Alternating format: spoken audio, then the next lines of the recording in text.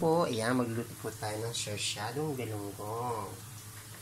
Ang kamatis, ang itlog, ayan po. Magluto po tayo ng sarsyadong galunggong. Ayan po, nagigisa na ako ng onion sa wale.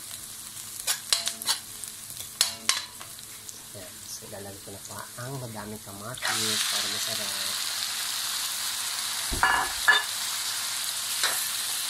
Gusto ko maraming kamatis para masarap po ano niya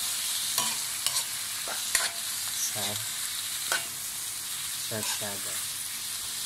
Kasi ang gusto ng kuya ko yung masos.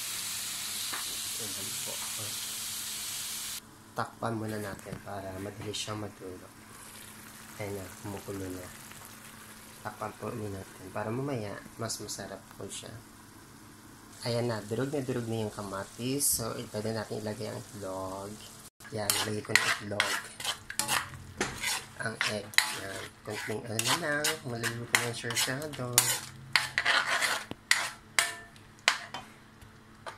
Sarap.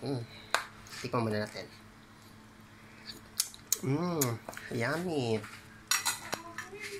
So, ilalagay na po natin ang isda. Yan. Ang isdang galunggong.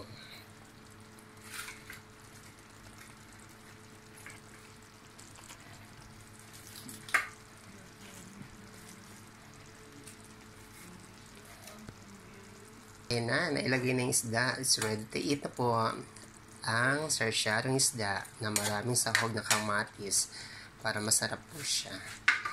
Let's eat mga friend. Sarsyadong galunggong.